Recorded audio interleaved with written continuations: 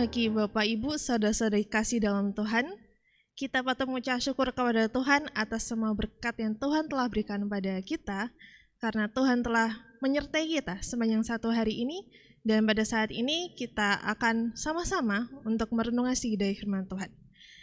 Saat ini saya ingin memberikan atau membagikan firman Tuhan yang berjudul Belajar dari Seekor Burung Erang. Di dalam Alkitab banyak sekali ya pelajaran dari binatang-binatang.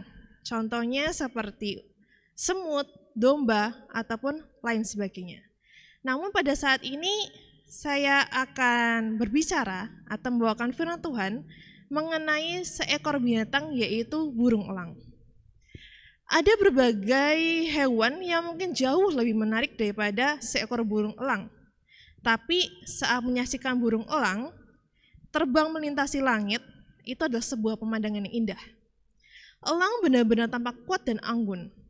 Meskipun mereka ini dijuluki sebagai hewan predator yang sangat menakutkan, tapi mereka juga itu disebut sebagai seorang atau sang navigator yang sangat tajam.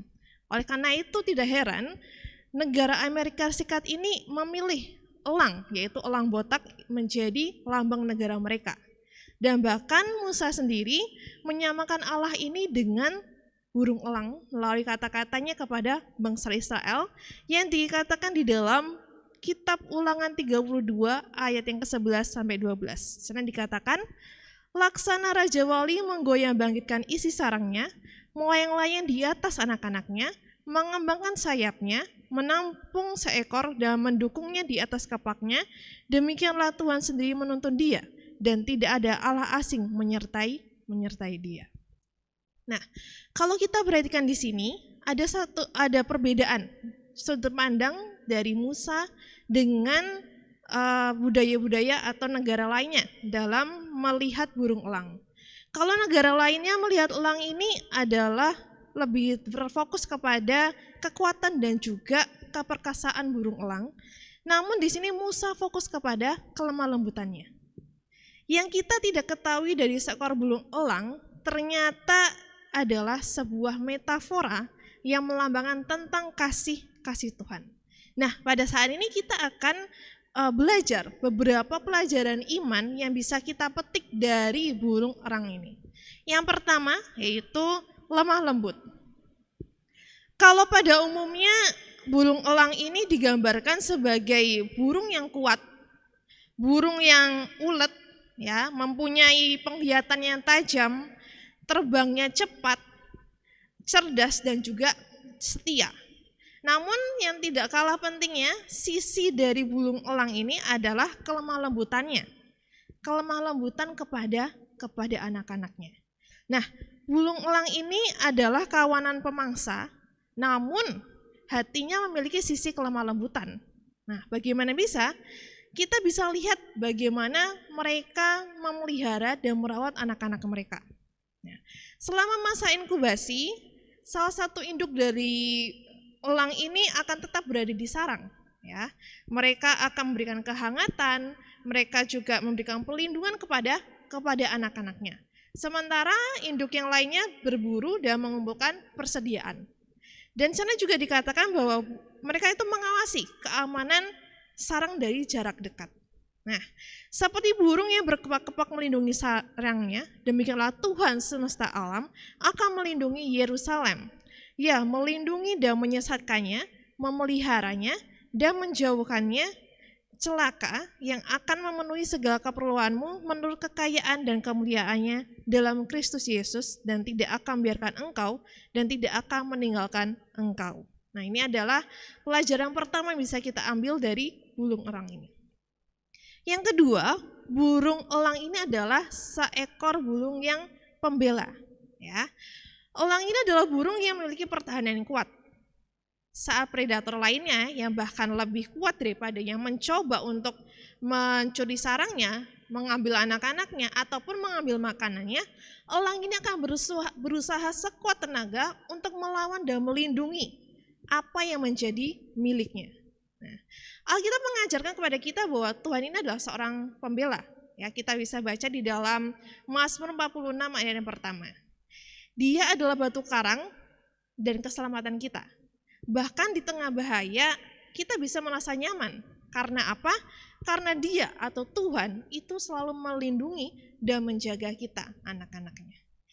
Pelajaran yang ketiga yang bisa kita ambil yaitu sanggup bertahan.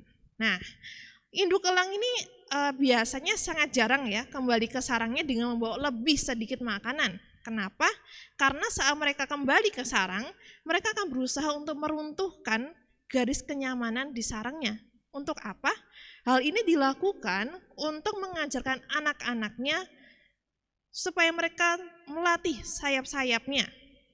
Mereka dan meski di tengah kebingungan, rasa frustasi dan juga kelaparan. Induk elang akan mengajarkan anak-anaknya ini untuk berani untuk bertahan hidup di tengah lingkungan yang tidak nyaman. Karena dengan lingkungan yang mencengkamlah, anak-anaknya ini akan tumbuh, belajar, dan mengembangkan keterampilan bertahan hidup mereka.